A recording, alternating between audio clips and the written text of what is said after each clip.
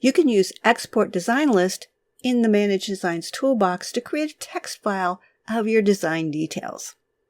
Now this tool works with whatever is displayed on the screen, so you're probably going to want to narrow your selection.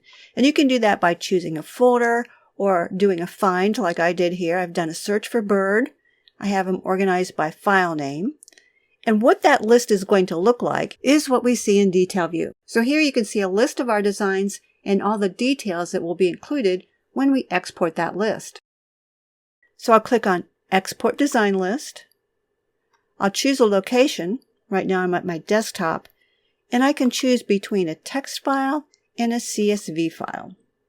Either one of these can be read in most any spreadsheet program and in text editors. Choose the one you want and then click Save. I'll click Cancel since I've already done this. And here's what it'll look like if you open it up in a spreadsheet program.